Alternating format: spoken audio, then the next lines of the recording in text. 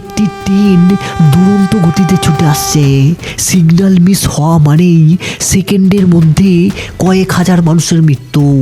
এবং অবাক ব্যাপার, এই সিগন্যাল কন্ট্রোল করছে একটি বাঁদর।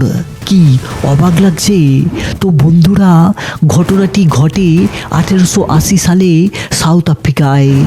জেমস ওয়াইট নামের এক সিগন্যালম্যান একটি দুর্ঘটনায় নিজের দুটি পাই হারিয়ে ফেলে। ফলে চাকরি আর নিজের কাজ সামলাতে তিনি একটি বাঁদর কিনে আনেন, যাকে তিনি জ্যাক বলেই ডাকতেন। প্রথমে সবাই ভেবেছিল যে জ্যাক শুধু জেমসের হুইল চেয়ার ঠেলবে, কিন্তু জেমস তাকে ট্রেনের হুইসেল চিনে সিগন্যাল লিভার টানা শিখিয়েছিল।